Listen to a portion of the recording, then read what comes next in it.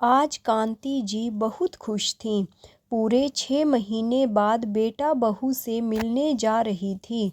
नई नवेली बहू निर्मला नौकरी के चक्कर में 4 दिन भी सास के साथ न रह सकी। शादी के तुरंत बाद चली आई थी पति धीमेश के साथ उज्जैन। कांति जी ने ट्रेन से उतरते ही टैक्सी ली और पहुंच गई बेटे के आशियाने।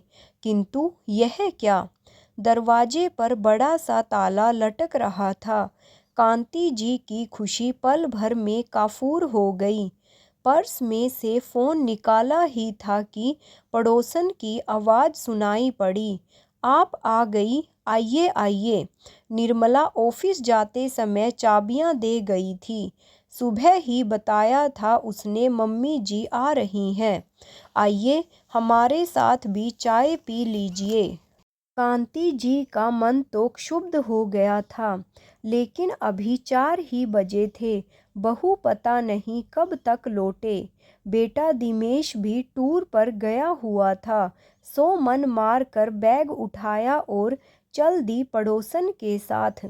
कुछ इधर उधर की बातें की, चाय पी और चाबी लेकर आ गई वापिस बेटे के घर में। शाम के 7 बजे तक कांति का मन अत्यंत क्षुब्ध हो गया। बेटा तो टूर पर गया हुआ था, लेकिन बहू को तो पता था कि वह आज आने वाली है।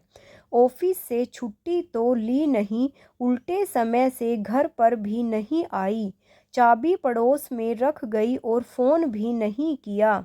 वह तो भला हो पड़ोसियों का चाबी का भी बताया और चाय नाश्ता भी करवा दिया। वरना 4 बजे पहुंचते ही चाय भी खुद ही बनाकर पीनी पड़ती। ऑफिस में उन्हें हाल ही में प्रमोशन मिला था, तो ज्वाइन करके उन्होंने 8 दिन की छुट्टी ले ली थी। सोचा चलकर कुछ दिन नहीं बहू के पास रहूंगी तो सास बहू जरा एक दूसरे को जान समझ लेंगी।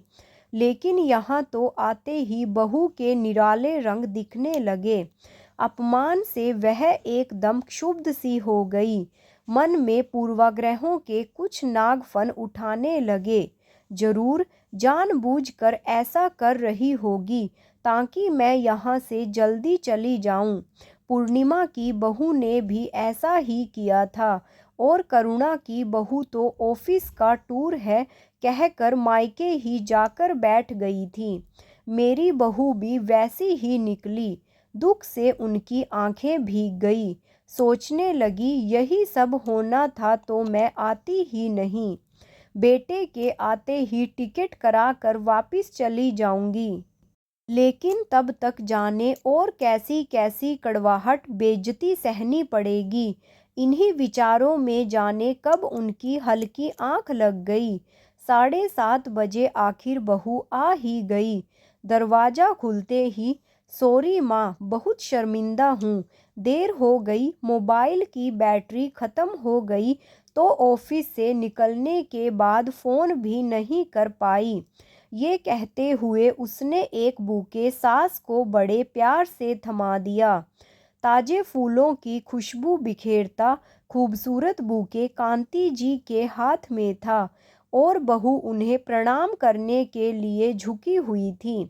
कांति जी का हाथ अनायास बहू के सर पर पहुंच गया, जिसे उन्होंने प्यार से सहला भी दिया।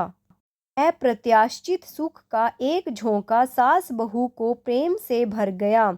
और यह देखो, मैं आपके लिए साड़ी लाई हूँ, इसलिए देर हो गई। मुझे कोई साड़ी पसंद ही नहीं आ रही थी। आखिर बड़ा ढूंढने के बाद जाकर यह साड़ी पसंद आई। बताओ ना माँ, आपको पसंद आई कि नहीं? बहू ने हाथ में पकड़े पैकेट से एक खूबसूरत सिल्क की साड़ी निकालकर कांति जी के कंधे पर फैला दी। भीगी आंखों और खुशी से रूंधे गले से उन्होंने कहा, बहुत सुंदर है बेटा। सच में माँ जी, बहू का चेहरा खिल गया। सारे काम आज पूरे करके ऑफिस से 8 दिन की छुट्टी ले ली है मैंने। अब मैं पूरा समय आपके ही साथ रहूंगी। जाने कितनी बातें करनी है आपसे। जाने कितना कुछ सीखना है।